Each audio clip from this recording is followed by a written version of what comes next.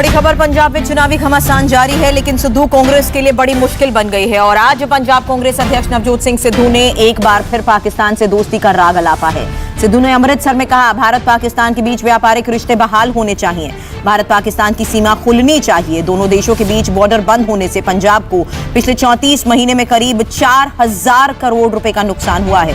15,000 नौकरियां चली गई हैं। सिद्धू ने यह भी कहा कि अगर दोनों देशों के बीच व्यापार शुरू हुआ तो देश और पंजाब का 6 महीने में 60 साल का विकास होगा। सिद्धू पहले भी ऐसे बयान दे चुके हैं। पिछले दिनों उन्होंने पाकिस्तान के करतारपुर में इमरान खान को अपना भाई भी बताया था। 6 महीने मेरा दावा है 60 साल की तरक्की करूंगा पंजाब और हिंदुस्तान भी, और मतलब win win situation for all.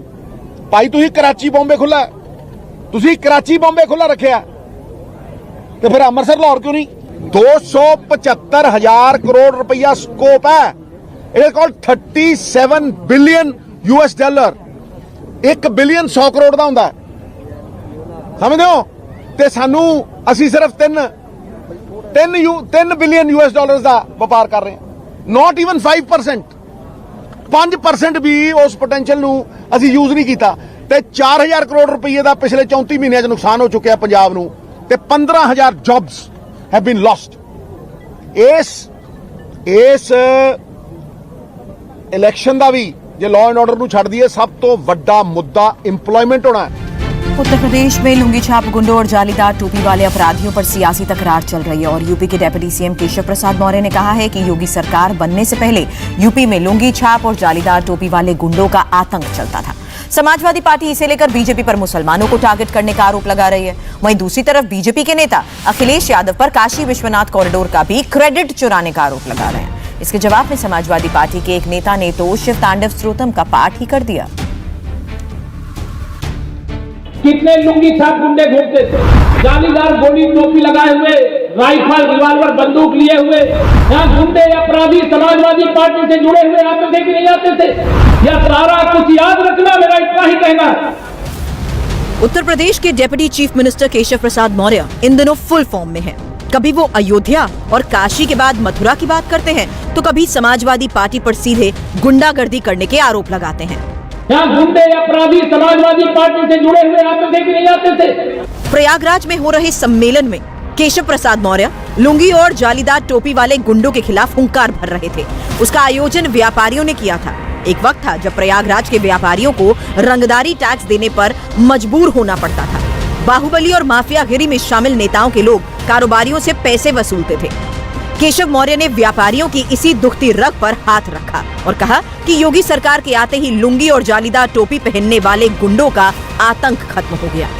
2017 के विधानसभा चुनाव से पहले कितने लुंगी छाप गुंडे घूमते थे, जालीदार गोली टोपी लगाए हुए, राइफल रिवाल्वर बंदूक लिए हुए। व्यापारियों को डराने और धमकाने का काम कौन करता था? आपकी जमीनों पर कब्जा करना और कब्जा करने को शिकायत करने भी बन जाना, ऐसी धमकी कौन देता था? यह सारा कुछ याद रखना, मेरा इतना ही कहना है। मैं कोई ऐसी बात नहीं कर रहा हूं जो कोई ऐसी बात नहीं हुई होगी। यह पूरा, अगर मैं प्रयागराज की बात करूं तो सिविल लाइन के पूरे क्षेत्र को बहुत ही शांतिपूर्ण इलाका माना जाता था, लेकिन इस शांतिपूर्ण इलाके को भी अशांत करने के लिए एक साथ मैं देखता था 20-20, 30-30, 40-40 गाड़ियों में 50-50, 100-100 बस रहे लेकर के यहाँ गुंडे अपराधी समाजवादी पार्टी से जुड़े हुए आते थे कि नहीं आते थे? आप बताइए, गुंडे गुंडागर्दी दिखाते थे कि नहीं दिखाते थे? जब से भारतीय जनता पार्टी की सरकार बनी है, क्या ये गुंडे आपको दिखाई दे रहे हैं? क्या सही बात बताना, दिखाई दे रहे हैं क्या? केशव प्रसाद मौर्य ने किसी नेता का नाम तो नहीं लिया, लेकिन उन्होंने समाजवादी पार्टी और 2017 का जिक्र किया और समझने वाले समझ गए कि वो किसकी बात कर रहे हैं। 2017 में प्रयागराज में अतीक अहमद का खौफ हुआ करता था। 2003 से 2018 तक अतीक अहमद समाजवादी पार्टी में ही हुआ करते थे, लेकिन योगी सरकार बनने के बाद अतीक अहमद के बुरे दिन शुरू हो गए। योगी राज में अतीक अहमद की सैकड़ों करोड़ की प्रॉपर्टी पर बुलडोजर चले, खुद अतीक अहमद इस वक्त अहमदाबाद की जेल में बंद हैं। केशव प्रसाद मौर्य का इशारा अतीक अहमद की ही तरफ था, लेकिन चूंकि उन्होंने नाम नहीं लिया, लुंगी और जालीदार टोपी पहनने वालों का जिक्र किया, तो उस पर विवाद शुरू हो गया। समाजवादी पार्टी ने बीजेपी पर मुसलमानों को टारगेट करने का आरोप लगा दिया। उत्तर प्रदेश की डिप्टी सीएम केशव प्रसाद मौर्य जी को 2022 में हार का डर इस कदर सताने लगा है कि वो हार से बचने के लिए जाति धर्म की राजनीति का सहारा ले रहे हैं। लेकिन उत्तर प्रदेश की जनता सब जानती है 2022 में बाईसाइकिल की सरकार होगी और भारतीय जनता पार्टी जो नफरत की राजनीति कर रही है उसको सत्ता से बाहर फेंक देगी। कांग्रेस तो बीजेपी नेताओं के उस दावे पर ही सवाल उठा रही है जिसे योगी सरकार का सबसे स्ट्रॉन्ग पॉइंट बताया जाता है। कांग्रेस का कहना है कि बीजेपी के नेता योगी सरकार में लॉ एंड ऑर्डर के दुरुस्त होने का दावा करते हैं, लेकिन हकीकत ये है कि पूरे देश में जितने केसेस दर्ज होते हैं उसके 12% अकेले उत्तर प्रदेश में हैं। जब कोई राजनीतिक दल सत्ता में होता है उसे चुनाव के अंदर अपने विकास की बात करनी चाहिए। पिछली सरकारों ने क्या किया क्या नहीं किया वो एक अलग चीज है। पिछली सरकारों की कोई कमी रही तभी तो आप सत्ता में हैं। पूरे देश में जितने क्रिमिनल केसेस रजिस्टर्ड होते हैं उसके 12% सिर्फ उत्तर प्रदेश में होते हैं। और जबकि कहा जाता है कि ये आदेश दिया जाता है कि हर आदमी की FIR रजिस्टर ना की जाए, तब 12% होते हैं। तो इससे अंदाजा किया जा सकता है कि उत्तर प्रदेश को आपने बदतर प्रदेश बना दिया है। विरोधी पार्टियां कुछ भी कहें, बीजेपी ने अपनी इलेक्शन स्ट्रैटेजी क्लियर कर दी है। चुनाव प्रचार में विकास की बात तो होगी ही, लेकिन हिंदुत्व के मुद्दे पर भी बीजेपी डिफेंसिव नहीं होगी। यही वजह है कि प्रयागराज में केशव प्रसाद मौर्य ने लुंगी छाप जालीदार टोपी पहनने वालों की बात की तो गोरखपुर में जय श्री राम के नारे गूंजे। भारत माता की, भारत माता की, वंदे वंदे वंदे वंदे, जय श्री राम, जय श्री राम। मन से जय श्री राम के नारे लगा रहे नेता हैं अनुराग ठाकुर। सूचना और प्रसारण मंत्री अनुराग ठाकुर आज योगी आदित्यनाथ के साथ एक कार्यक्रम में शामिल होने गोरखपुर आए थे। अनुराग ठाकुर की इमेज भी फायर ब्रांड नेता की है, इसलिए गोरखपुर पहुंचते ही उन्होंने अपने इरादे जाहिर कर दिए। अनुराग ठाकुर ने ट्वीट किया, हिंदू तन भगवा मन, और इसके साथ ही उन्होंने एक वीडियो पोस्ट किया जिसमें वो भगवा साफा पहनते दिख रहे हैं और साथ में योगी आदित्यनाथ भी बैठे थे। इसके बाद दोनों नेता कॉलेज के मैदान में पहुंचे।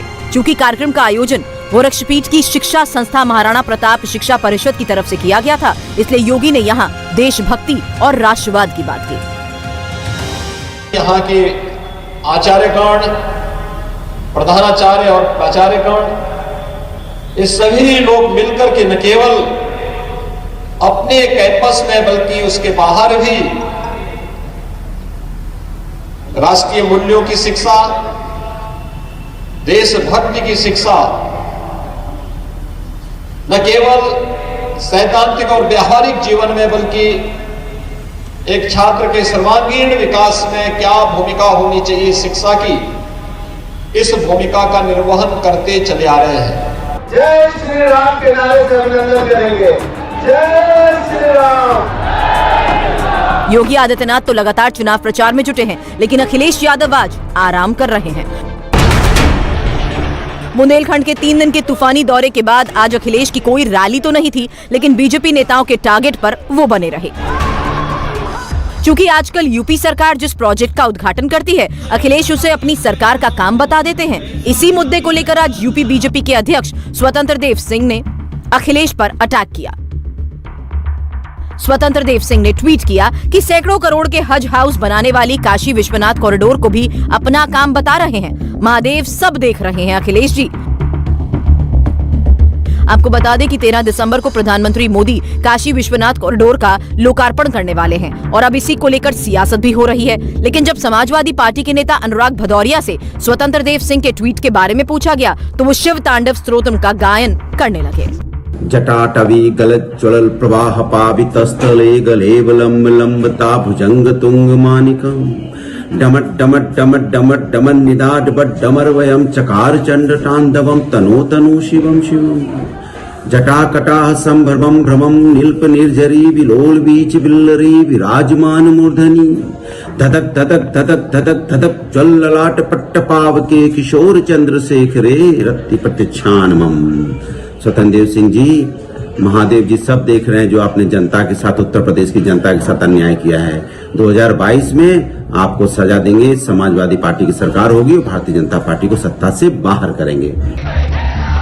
समाजवादी पार्टी के नेता ये तो मानकर बैठे हैं कि यूपी में 2022 में उनकी बाइसिकल आ रही है। उनके इस भरोसे की वजह है अखिलेश यादव की रैली और रोड शो में आ रही भीड़। जिस बुंदेलखंड इलाके में समाजवादी पार्टी को 2017 के विधानसभा चुनाव और 2019 के लोकसभा चुनाव में 0 सीटें मिली थी, वहां भी अखिलेश की रैली में भीड़ उमड़ी। लेकिन बीजेपी इससे ज्यादा हैरान नहीं है। बीजेपी नेताओं का कहना है कि 2017 में जब समाजवादी पार्टी और कांग्रेस का अलायंस था, तब भी उनकी रैलीज में भीड़ खूब जुटती थी, लेकिन चुनाव नतीजे क्या आए ये सभी जानते हैं। बीजेपी नेताओं का कहना है कि उनकी पार्टी का प्रचार तो अभी ठीक से शुरू नहीं हुआ है। अगले कुछ दिनों में बीजेपी की बड़ी रैलीज होने वाली है। 7 दिसंबर को प्रधानमंत्री नरेंद्र मोदी और योगी की गोरखपुर में रैली होगी। उस दिन मोदी गोरखपुर में फर्टिलाइजर फैक्ट्री और एम्स का उद्घाटन भी करने वाले हैं। इसके बाद 13 दिसंबर को वाराणसी में काशी विश्वनाथ कॉरिडोर का लोकार्पण होगा। बीजेपी इस बात को लेकर कॉन्फिडेंट है कि 2017 की ही तरह 2022 में भी विकास और हिंदुत्व मिलकर पार्टी को प्रचंड जीत दिलाएंगे। इंडिया टीवी हर वक्त हर जगह डाउनलोड करने के लिए सर्च करें India TV news Google play store या ऐप स्टोर पर।